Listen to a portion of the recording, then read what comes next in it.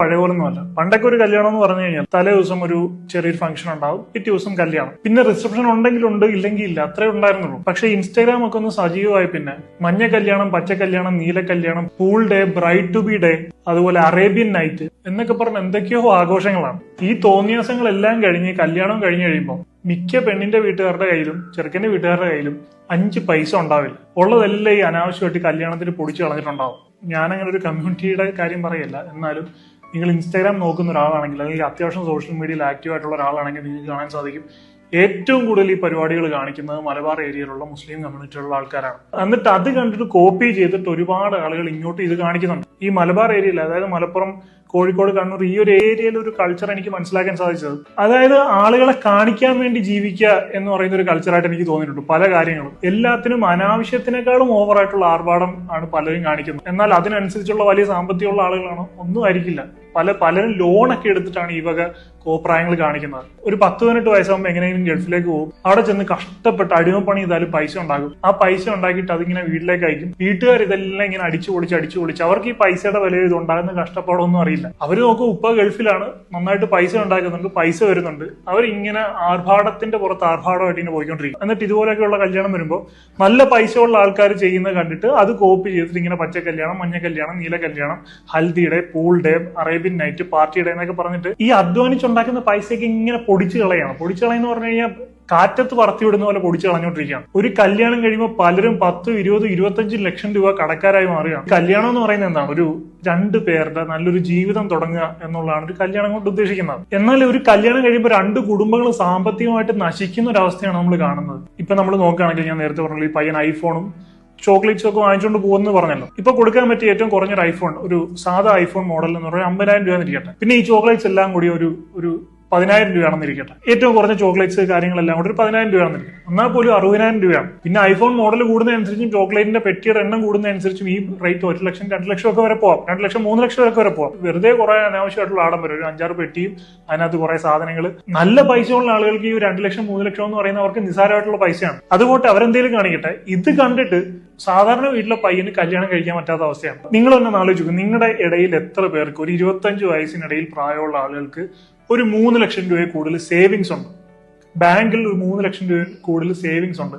ഞാൻ പറയുന്നു 90% ആളുകൾക്കും കാണില്ല. 90% ആൺകുട്ടികളും ജീവിക്കുന്നത് പേ ചെക്ക് ടു പേ ചെക്ക് ആണ്. അവരൊക്കെ ഒരു ജോലിക്ക് കയറി സമ്പാദ്യം ഉണ്ടാക്കി തുടങ്ങിയിട്ടേ ഉണ്ടാവുള്ളൂ. ഈ ഒരു ഏജ് ഗ്രൂപ്പിൽ അവർക്ക് കിട്ടുന്ന ഒരു സാലറി സ്കെയിൽ എന്ന് പറയുന്ന ഒരു 25,000 രൂപയൊക്കെ ആയിരിക്കും. ഈ കിട്ടുന്ന 25,000 അവർക്ക് ഒരു മാസം കഴിഞ്ഞു കൂടാൻ തികയില്ല എന്നുള്ളതാണ് ഏറ്റവും വലിയൊരു സത്യം എന്ന് പറയുന്നത്. അപ്പൊ അതുകൊണ്ട് എങ്ങനെയെങ്കിലും ഒക്കെ ഒന്ന് തട്ടിയും മുട്ടിയും ജീവിച്ചു പോകുന്ന ആളുകളാണ് ഈ ആൺകുട്ടികളെന്ന് പറയുന്നത്. ബേസിക് ആയിട്ടുള്ള കല്യാണത്തിന്റെ ചെലവിനായിട്ടുള്ള ലോൺ എടുക്കുന്ന ആളുകളും ഉണ്ട്. അപ്പൊ അങ്ങനെയുള്ള ആൺകുട്ടികൾക്ക് വലിയൊരു ബേർഡൻ ആണ് ഇങ്ങനെയുള്ള ഈ കുറെ ധൂർത്ത് പരിപാടികൾ എന്ന് പറയുന്നത്. ഈ നല്ല പൈസയുള്ള ആൾക്കാർ കാണിക്കുന്ന കണ്ടിട്ട് ഇപ്പം സാധാരണ പെൺകുട്ടികൾക്കും അങ്ങനെയുള്ള ഡിമാൻഡാണ്. ഐഫോൺ കിട്ടണം, ചോക്ലേറ്റ് ബോക്സസ് കിട്ടണം. ഒരു 25,000 രൂപ സാലറി കിട്ടുന്ന ഒരു ആൺകുട്ടിയെ സംബന്ധിച്ചിടത്തോളം അവന്റെ ഒരു വർഷത്തിലധികമുള്ള സാലറിയാണ് ഈ 2 ലക്ഷം രൂപ അല്ലെങ്കിൽ 3 ലക്ഷം രൂപ എന്ന് പറയുന്നത്. ഒരു വർഷം മുഴുവൻ അവൻ ജോലി ചെയ്ത് ആ കിട്ടുന്ന ശമ്പളത്തിൽ നിന്ന് 1 രൂപ പോലും എടുക്കാതിരുന്നാൽ മാത്രമാണ് അവന് ഈ ഒരു എമൗണ്ട് അറ്റൈൻ ചെയ്യാൻ സാധിക്കുന്നത്. നമ്മൾ എപ്പോഴും നമ്മുടെ സാമ്പത്തിക സ്ഥിതി മനസ്സിലാക്കി വേണം ജീവിക്കാൻ, അല്ലെ? ഇപ്പൊ അംബാനി കാണിക്കുന്ന പോലെ നമ്മൾ കാണിക്കാൻ ശ്രമിച്ചാൽ നടക്കുന്ന കാര്യമാണ്. അംബാനി അയാളുടെ മോന്റെ കല്യാണം നടത്തി 5,000 കോടി രൂപ മുടക്കിയിട്ടാന്ന് പറഞ്ഞാണ്. അപ്പൊ നമ്മൾ ഇരിക്കും, അംബാനിക്ക് എന്തൊരു ആർഭാണമാണ് ചെയ്യുന്നത്, 5,000 കോടി രൂപ മുടക്കിയിട്ട് മകന്റെ കല്യാണം നടത്തുക. പക്ഷെ നമ്മൾ നോക്കുകയാണെങ്കിൽ അംബാനിയുടെ ടോട്ടൽ വർത്തിന്റെ 0.5% ആണ് അയാളുടെ മോന്റെ കല്യാണത്തിന് വേണ്ടി മുടക്കിയത്. അപ്പൊ നമ്മളൊക്കെ എന്ത് ധൂർത്താണ് കാണിക്കുന്നത് ആലോചിച്ച് നോക്കി. ഇപ്പൊ 50 ലക്ഷം രൂപ ടോട്ടൽ നെറ്റ്വർത്ത് ഉള്ള ഒരാളും അയാളുടെ മകന്റെയോ മകളുടെയോ വിവാഹം നടത്തുന്നത്. മകന്റെ വിവാഹമാണെങ്കിൽ ബേസിക് ആയിട്ടുള്ള ഒരു 5 ലക്ഷം രൂപ ചെലവാകും. ഈ 5 ലക്ഷം രൂപ എന്ന് പറയുന്നത് അയാളുടെ ടോട്ടൽ വർത്തിന്റെ 10%. അംബാനി ചെലവാക്കിയതാണ് 0.5%. അംബാനി അയാളുടെ മകന്റെ കല്യാണത്തിന് വേണ്ടി ചെലവാക്കിയതിന്റെ 20 ഇരട്ടിയാണ് ഒരു സാധാരണക്കാരൻ അയാളുടെ മകന്റെ കല്യാണത്തിന് വേണ്ടി ചെലവാക്കുന്നത്. ഇനി മകളുടെ ആണെങ്കിൽ പറയേ വേണ്ട. സ്ത്രീധനം എന്നൊക്കെ പറയുന്ന പരിപാടി ആക്റ്റീവ് ആയിട്ടുണ്ട്. കേരളത്തിലെ ഒരു സിസ്റ്റവും കസ്റ്റവും കാര്യങ്ങളും ഒക്കെ വെച്ചിട്ട് മിനിമം ഞാൻ ഈ പറഞ്ഞ പോലെ 5 ലക്ഷം രൂപയാണ് ആളുകൾക്കുള്ള ഭക്ഷണം, ഓഡിറ്റോറിയത്തിന്റെ റെന്റ്, അതുപോലെ തന്നെ കല്യാണത്തിന്റെ ഡ്രസ്സ് എടുക്കുന്ന ചെലവുകൾ. ഈ കല്യാണത്തിന് ഡ്രസ്സ് എടുക്കുക എന്ന് പറഞ്ഞാൽ ചെറുക്കനും പെണ്ണും മാത്രമല്ല, ബന്ധുക്കൾക്കൊക്കെ എടുത്തു കൊടുക്കുന്ന സിസ്റ്റം ഉണ്ട്. പെൺകുട്ടിയുടെ ഒരു ആൺകുട്ടിയുടെയും ജീവിതം തുടങ്ങുന്നതാണ് കല്യാണം എന്ന് പറയുന്നത്. അപ്പൊ ഈ ജീവിതം തുടങ്ങുമ്പോൾ തന്നെ വലിയൊരു കടബാധ്യതയും ആവശ്യമില്ലാത്ത ഫിനാൻഷ്യൽ സ്ട്രെസ്സും തലയിൽ എടുത്തു വെച്ചിട്ടാണ് ജീവിതം തുടങ്ങുന്നത്. ഒന്ന് ആലോചിച്ച് നോക്കി, അവരെ തീർച്ചയായിട്ടും ഒരു വലിയ ഫിനാൻഷ്യൽ സ്ട്രെസ് ഒക്കെ തലയിൽ എടുത്തു വെച്ച് ജീവിതം തുടങ്ങുക എന്ന് പറഞ്ഞാൽ ജീവിതം അത്രയും നന്നായിട്ട് ആസ്വദിക്കാനൊന്നും സാധിക്കില്ല. ഒരു സാധാരണക്കാരന്റെ പെർസ്പെക്റ്റീവിൽ നോക്കുമ്പോൾ പൈസ ഉള്ള ആളുകൾ വിട്ടേക്കാം, ഞാൻ പറഞ്ഞ പോലെ അവരുടെ വലിയ സമ്പാദ്യത്തിന്റെ ചെറിയൊരു ശതമാനമായിരിക്കും കല്യാണത്തിന് വേണ്ടി ചെലവഴിക്കുന്നത്. അവരുടെ ഭാഗത്തുനിന്ന് നോക്കുമ്പോൾ അത് ശരിയാണ്, അവർ ഇത്രയും പൈസ ഉണ്ടാക്കുന്നു എന്തിനു വേണ്ടിയിട്ടാണ്? അപ്പൊ അത് എവിടെയെങ്കിലുമൊക്കെ ചെലവഴിക്കണം, എങ്ങനെയെങ്കിലുമൊക്കെ അവർക്ക് അത് ആസ്വദിക്കണം, അതിന് വേണ്ടിയിട്ട് അവർ ഇത്രയും ആർഭാടം കാണിക്കുന്നു. എന്നാൽ ഒരു സാധാരണക്കാരനെ സംബന്ധിച്ചിടത്തോളം അവനവന്റെ ഡേ ടു ഡേ ലൈഫ് മുന്നോട്ട് കൊണ്ടുപോകാൻ കഷ്ടപ്പെടുന്ന ഒരാള് അത് കോപ്പി അടിച്ച് ഇത്രത്തോളം ആർഭാടം കാണിച്ചൊരു വിവാഹം നടത്തേണ്ട കാര്യമുണ്ടോ എന്ന് ഇനി വരുന്ന പുതുതലമുറയെങ്കിലും ആലോചിക്കേണ്ട ഒരു വിഷയമാണ്. ഉള്ളവൻ കാണിച്ചോട്ടെ, കുഴപ്പമില്ല, പക്ഷെ ഇല്ലാത്തവൻ അത് കോപ്പി ചെയ്ത് ഒരു ഫിനാൻഷ്യൽ ബേർഡൻ തലയിൽ എടുത്തു വെച്ച് ജീവിതം നശിപ്പിക്കുന്ന എന്തിനാണ്? പല ആൺകുട്ടികളുടെയും പെൺകുട്ടികളുടെയും രക്ഷിതാക്കള് 10, 15, 20 ലക്ഷം രൂപ കടക്കാരായിട്ട് മാറുകയാണ്. അവരവരുടെ നല്ല പ്രായം മുഴുവൻ കഷ്ടപ്പെട്ടു. അവരുടെ വാർദ്ധക്യം എന്ന് പറയുന്നത് അതെങ്കിലും അവർക്ക് വേണ്ടി ഒരു മാറ്റി വെക്കേണ്ട ഒരു സമയത്ത് അവർ ഈ വിവാഹം കഴിപ്പിച്ചു വിട്ട കടവും കൂടി തീർക്കാൻ വേണ്ടി ചെലവഴിക്കുക എന്ന് പറയുന്നത് അത് കുറച്ച് ബുദ്ധിമുട്ടാണ്. ഇപ്പൊ ഒരു വീട് വെച്ചു, അതിന്റെ കടമുണ്ട്, അത് തീർക്കുക, ഓക്കെ, അത് ബേസിക് ആയിട്ടുള്ളൊരു നീഡാണ്. ഒരു ഷെൽട്ടർ എന്ന് പറയുന്ന ഒരു നമ്മുടെ ബേസിക് നീഡാണ്. അല്ലെങ്കിൽ അങ്ങനെ എന്തെങ്കിലും ബേസിക് ആയിട്ടുള്ള ആവശ്യത്തിന് വേണ്ടിയുള്ള കടമാണെങ്കിൽ അത് നമ്മുടെ ബേസിക് ആയിട്ടുള്ള നീഡാണ്, കുഴപ്പമില്ല. ഈ വിവാഹം എന്നൊക്കെ പറയുന്നത് നമുക്ക് ഈ ഇത്രയും ആഡംബരം അല്ലെങ്കിലും വിവാഹം നടന്നോളും. ഇത്രയും ആഡംബരമായിട്ട് വിവാഹം നടത്താത്തതുകൊണ്ട് ഭാവിയിൽ അവർക്ക് കുട്ടികളൊന്നും ഉണ്ടാകാതിരിക്കുകയൊന്നുമില്ല. അതുപോലെ തന്നെ ഈ പെൺകുട്ടിയുടെ ആൺകുട്ടിയുടെ പെർസ്പെക്റ്റീവിൽ നോക്കുകയാണെങ്കിൽ കടബാധ്യത ഇല്ലാതെ നല്ലൊരു ലൈഫ് മുന്നോട്ട് കൊണ്ടുപോകാൻ വേണ്ടിയുള്ള പൈസയാണ് ഈ വിവാഹത്തിന് വേണ്ടി അനാവശ്യമുള്ള പച്ച കല്യാണം, മഞ്ഞ കല്യാണം, നീല കല്യാണം, വയലറ്റ് കല്യാണം എന്നൊക്കെ പറഞ്ഞിട്ട് അനാവശ്യമായിട്ട് ദൂർത്തടിച്ച് കളയുന്നത്. ഇത് കാലാകാലം ചരിത്രത്തിൽ രേഖപ്പെടുത്തുന്ന സംഭവമൊന്നുമല്ല. അടുത്തൊരു കല്യാണം വരുമ്പോൾ നിങ്ങളുടെ കല്യാണത്തിന്റെ കാര്യം ഈ പറയുന്ന ആൾക്കാരെല്ലാം മറക്കും. നിങ്ങളുടെ കല്യാണം എത്ര നന്നായിട്ട് നടന്നതാണെങ്കിലും എത്ര മോശമായിട്ട് നടന്നതാണെങ്കിലും കുടുംബത്തിൽ അടുത്തൊരു കല്യാണം ഉണ്ടാകുന്നവരെയായിരിക്കും അതിന്റെ ഒരു വാലിഡിറ്റി എന്ന് പറയുന്നത്. അല്ല ലൈഫ് ലോങ് ആരും അത് പറഞ്ഞുകൊണ്ടിരിക്കില്ല. ഒരു 10 വർഷം കഴിയുമ്പോഴും നിങ്ങളുടെ കല്യാണം ബെഞ്ച് മാർക്കായിട്ട് ഇരിക്കില്ല. കാരണം അപ്പോഴത്തേക്കും അതിന്റെ സിസ്റ്റങ്ങളും കാര്യങ്ങളും ഒക്കെ മാറും, പുതിയ കാര്യം വരും. അന്നത്തെ കാലത്ത് എത്ര വലിയ സെറ്റപ്പ് നടത്തിയ കല്യാണമാണെങ്കിലും പുതിയ സിസ്റ്റവും കാര്യങ്ങളൊക്കെ വരുമ്പോൾ അതിനായിരിക്കും പ്രയോറിറ്റി പോകുന്നത്.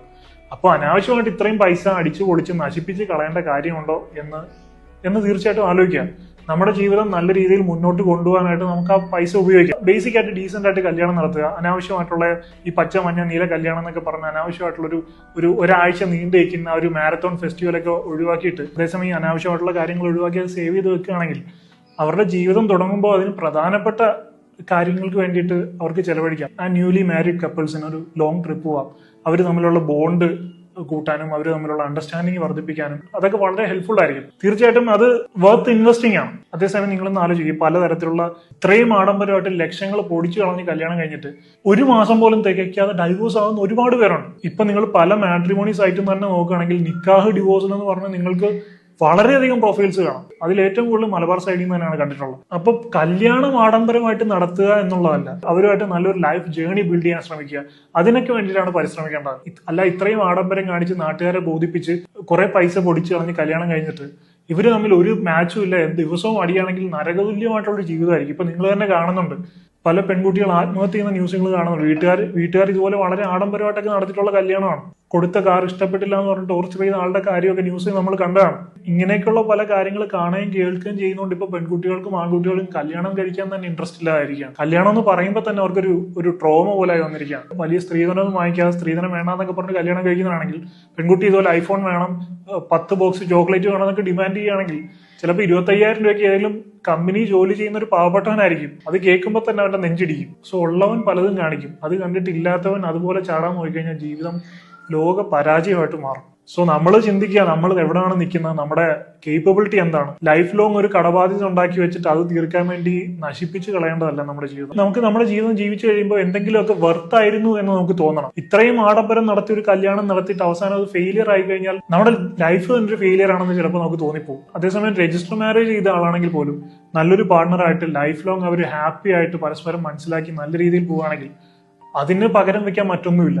പിന്നെ പെർസ്പെക്റ്റീവ് ഓഫ് മാരീഡ് ലൈഫ്, ആ ഒരു മാരീഡ് ലൈഫിന്റെ പെർസ്പെക്റ്റീവിൽ നോക്കുമ്പോൾ കഴിഞ്ഞ കുറെ നാളുകളായിട്ട് ഇതുപോലുള്ള ഒരുപാട് റീലുകളും കാര്യങ്ങളും ഞാൻ കാണുന്നുണ്ട്. ഇങ്ങനെ ചോക്ലേറ്റ് കൊടുക്കുക, ഐഫോൺ കൊടുക്കുക, പച്ച കല്യാണം നടത്തുക, ഹൽദി ഡേ നടത്തുക, പൂൾ പാർട്ടി നടത്തുക, അറേബ്യൻ നൈറ്റ് നടത്തുക. പേഴ്സണലി എനിക്കിതൊന്നും യാതൊരു തരത്തിലുള്ള താല്പര്യമില്ല. പക്ഷെ ഞാൻ അൺമാരീഡ് ആണ്, ഞാൻ കല്യാണം കഴിച്ചിട്ടില്ല, എനിക്ക് കല്യാണം നോക്കുന്നുണ്ട്. അപ്പൊ നാളെ ഞാൻ കല്യാണം കഴിക്കുമ്പോഴും ആ പെൺകുട്ടിയുടെ വീട്ടുകാർ അവരത് വേണമെന്ന് പറയുകയാണെങ്കിൽ എനിക്ക് നോ എന്ന് പറയാൻ പറ്റില്ല. കാരണം എന്റെ പൈസയല്ല. അവർ പറയുകയാണെങ്കിൽ ഞങ്ങളുടെ പൈസയാണ്, ഞങ്ങൾക്ക് ഇഷ്ടമുള്ള ചെയ്യുമെന്ന് പറഞ്ഞു കഴിഞ്ഞാൽ എനിക്ക് മറ്റൊരാളുടെ കാര്യത്തിൽ കയറി അത്രയും ഇന്റർഫിയർ ചെയ്യാൻ സാധിക്കില്ല. എനിക്ക് എന്റെ കാര്യം മാത്രമേ തീരുമാനിക്കാൻ സാധിക്കുള്ളൂ. ഞാൻ ഇങ്ങനൊന്നും ചെയ്യുന്നില്ല എന്ന് എനിക്ക് തീരുമാനം എടുക്കാൻ സാധിക്കും. സോ ഈ കാര്യങ്ങളൊക്കെ അവരവർ തീരുമാനിക്കേണ്ട കാര്യമാണ്, അവരവർ സ്വയം മാറേണ്ട കാര്യമാണ്. സോ അതൊക്കെ ഓരോരുത്തരുടെ പേഴ്സണൽ ചോയ്സസ് ആണ്. അപ്പൊ ഇനിയുള്ള നമ്മുടെ ഈ ജനറേഷനെങ്കിലും ഇതൊക്കെ മനസ്സിലാക്കി നമ്മുടെ ഫിനാൻഷ്യൽ കേപ്പബിലിറ്റിക്ക് മുകളിൽ നിൽക്കുന്ന ഈ അത്യാർഭാടകരമായിട്ടുള്ള അനാവശ്യ കാര്യങ്ങളൊക്കെ വേണ്ടാന്ന് വെച്ച് കഴിഞ്ഞാൽ തീർച്ചയായിട്ടും മുന്നോട്ടുള്ള ലൈഫിൽ അത് വളരെയധികം പ്രയോജനം ചെയ്യും. അപ്പൊ എന്തായാലും ഇത്രയെങ്കിലും പറയണമെന്ന് തോന്നി. കുറെ പേർക്കെങ്കിലും ഇത് കേട്ട് ഒന്ന് ചിന്തിക്കും എന്ന് ഞാൻ പ്രതീക്ഷിക്കുന്നു. കുറെ പേർക്കെങ്കിലും പ്രയോജനപ്പെടും എന്ന് ഞാൻ വിശ്വസിക്കുന്നു. I hope you find this video helpful. So if you like this video, please like, share and subscribe. And please don't forget to enable the bell button. I'll see you in my next video. I'm Adil Hussain signing off.